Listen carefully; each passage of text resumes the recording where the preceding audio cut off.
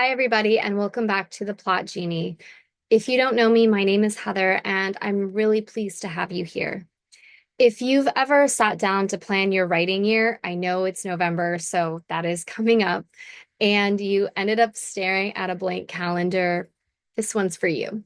Today, I'm walking you through my exact system for batch planning your entire author year in just one afternoon. I know that seems like a lot, but this is what I like to do, and it could work for you, maybe not, but just take what works for you and just leave what doesn't. So, what am I talking about? Well, we're going to talk about what to plan, what not to stress out over, how to stay flexible without flying blind, and how this one system helped me publish multiple books without burning out. So, grab your favorite beverage. I prefer hot chocolate, extra whip. Pull out your planner and let's map out a year you'll actually write. So, really quick, um, I got the Happy Planner Harry Potter collection for next year, and it's a Slytherin one. Like, look at how cute that is. Anyway, that's what I'm going to be using. Um, okay, so first things first, why should we even batch at all? Why is this even important? Well, when you're juggling multiple story ideas, life responsibilities, and possibly a full-time job, or you're a full-time caretaker, full-time parent, whatever, flying by the seat of your pants leads straight to burnout.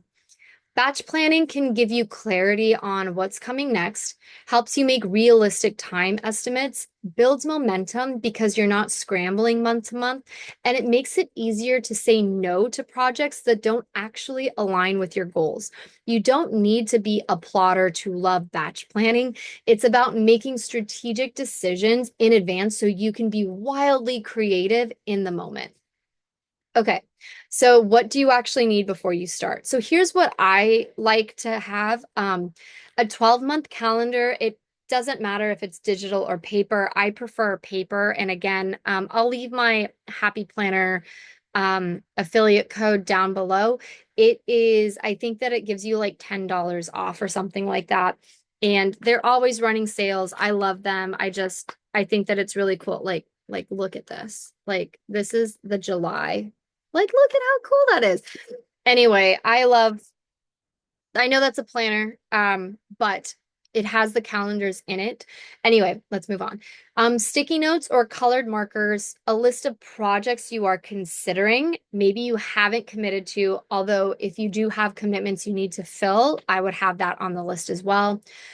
Personal availability, so travel, holidays, big life events that you already know in advance. And then potentially, this is optional, a word count goal or revenue goals. So remember, we're not setting anything in stone.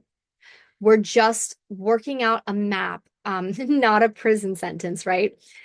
Um, this like it's a Google map, not a GPS from the early 2000s. I had one of those, by the way.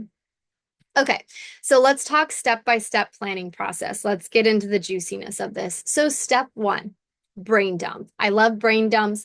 So all of the projects, start by writing down every project floating in your head. Book ideas, series installments, short stories, novellas, reader magnets, anything.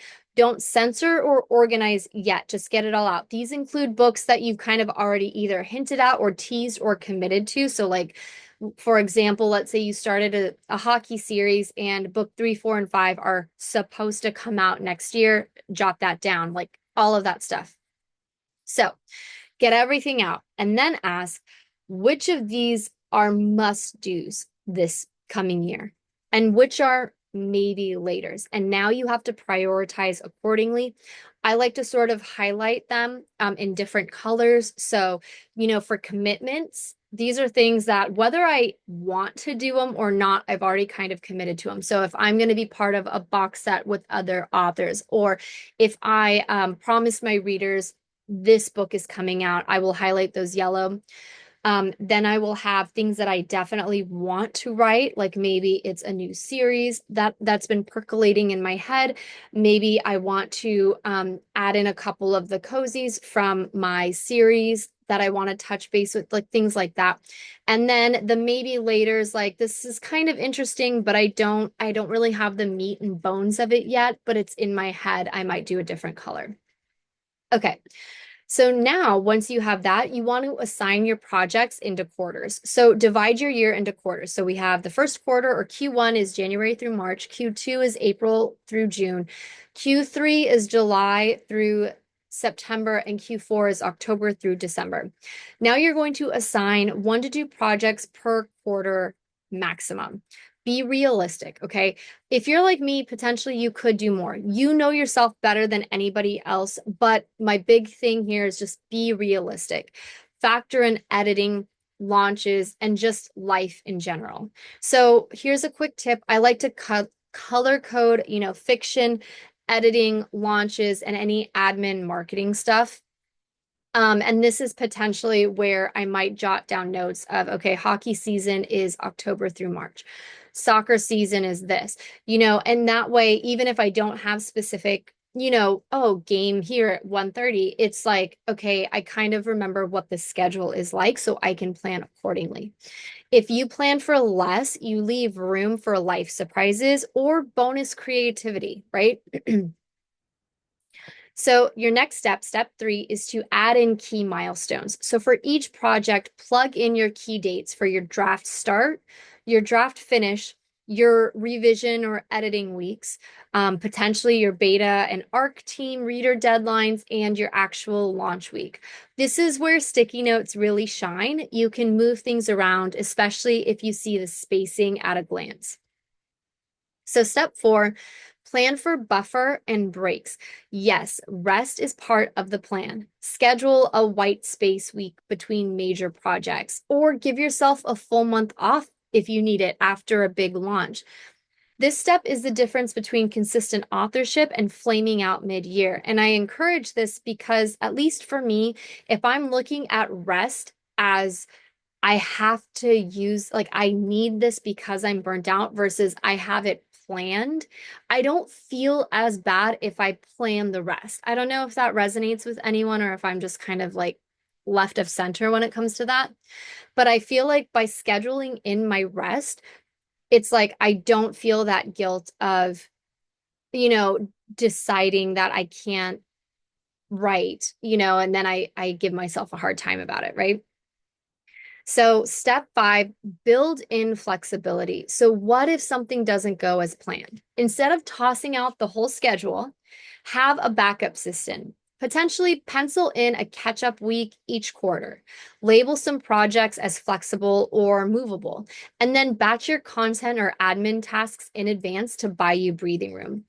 Batch planning doesn't mean that you're boxed in, it means you have a roadmap and you have roadside assistance, right? Okay, so how did I do it in one afternoon? So here's what it looks like for me.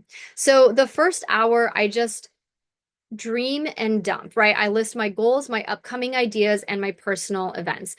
This takes me a little bit less than an hour because I'm pretty good at, well, I've already been in the space of breaking things up and when I should need them per pen name, right? So I try to keep as organized as possible. So this doesn't actually take me too much time.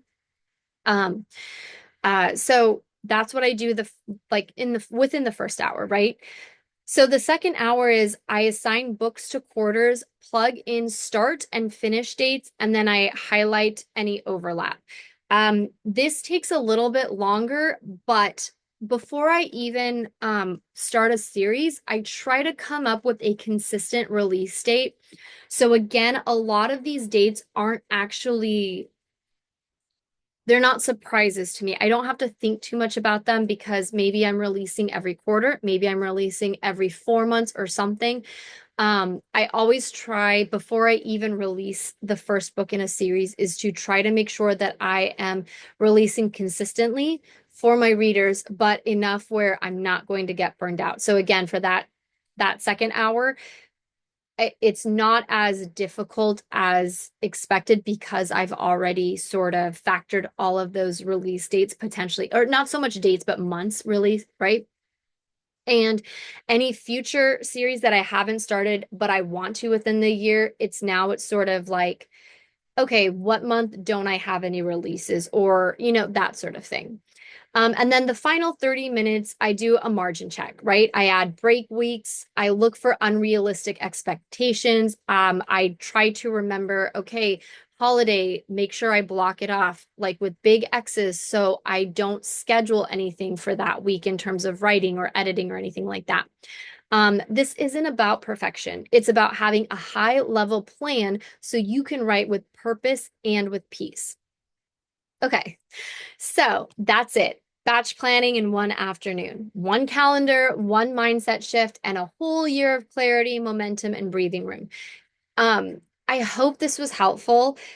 Please don't forget to like, comment, subscribe. Let me know, like, what's your biggest author goal for the next 12 months? Here's to your most productive writing year yet. You've got this. Happy writing. And if you are interested in more things like this, I have a Kickstarter with plot your series in a weekend and the 3 draft method that will really save you time. I know that you clearly were interested in batch planning, and this is also sort of the same format, but specific for series and revision process. So I will leave a link in the description below. I would love your support for this project, so please consider it. Thank you again, and I will talk to you soon. Take care.